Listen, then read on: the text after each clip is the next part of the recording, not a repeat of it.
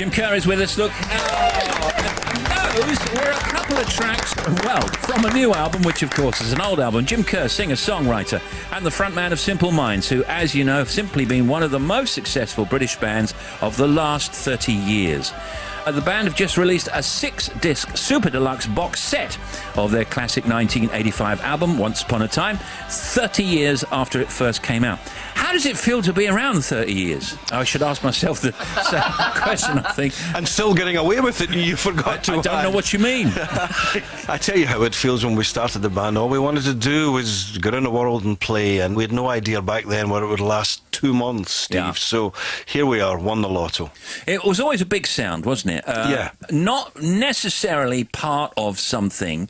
So how did you distinguish yourself as outside of all of that? I think it is still homemade, you know. We never had anyone to teach us when we went to school. There was no mentors, there was nothing. You come up with a sound and it's a bit trial and error, and people say, but you know, the sound is so big. Where does the bigness come from? We grew up in tower blocks, you know. That was the scale of things. What did you start out as? Was it a punk band or was it a rock band or what? Because you were kind of out of punk in a sense. We started in this drunken rabble for about 6 months and then woke up one day and thought, hey, synthesizers are cheap. Why and Donna Summer's #1 with I Feel Love, and you just press a button and we were up and running. What do you think now when you hear those old tracks? What goes through your mind when you hear them or when you decided to do this? At different points you look back and you think, oh God, we could have done that better, or you hear where we could. But now I'm much more relaxed about it. They're great postcards from a time and a place. And for instance, the year Once Upon a Time came out, it was the year of Live Aid.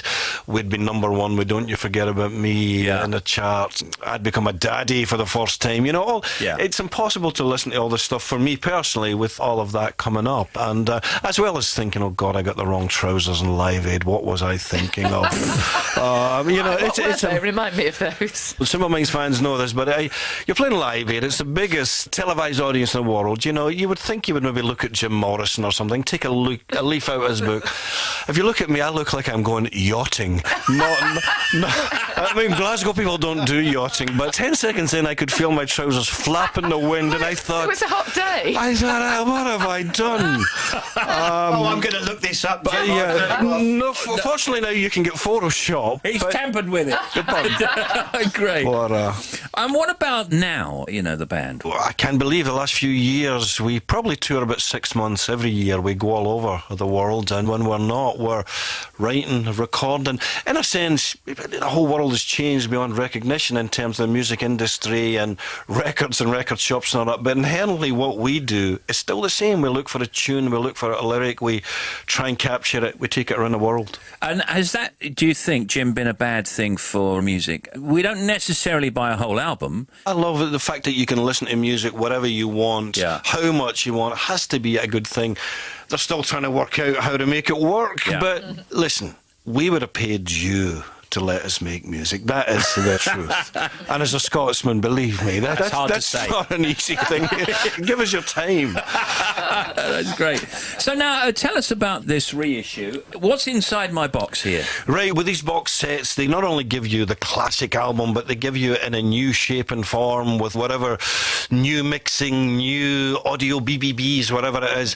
Charlie Burchill, my guitar player, could tell you a whole lot more than me. There's B-sides and rarities. Good man. There's something live from Le Zenith in Paris from 1986, and there's all kinds of mixes and promo videos. There you go. I didn't put this together, but I'm just helping. Thanks. Were you in the band, Tim? I wanted to be. Could have been. Yeah. Simple Minds, Once Upon a Time, Deluxe Box, and the vinyl collection are both out now. And Jim, good to see you again. And Christmas time, what are you going to be doing for Christmas with your family? Because you'll be, New Year will be your thing, right? Well, New Year is a big thing, although I haven't said that, Steve. I'm one of these rare things, a Scotsman who doesn't drink. How a rock and roller, it doesn't. I don't know how you've survived. Exactly. But it's never too late to start. Start with Bovril and then work your way up. Jim Kerr, everybody. Thank you, Jim. Pleasure. See you next time.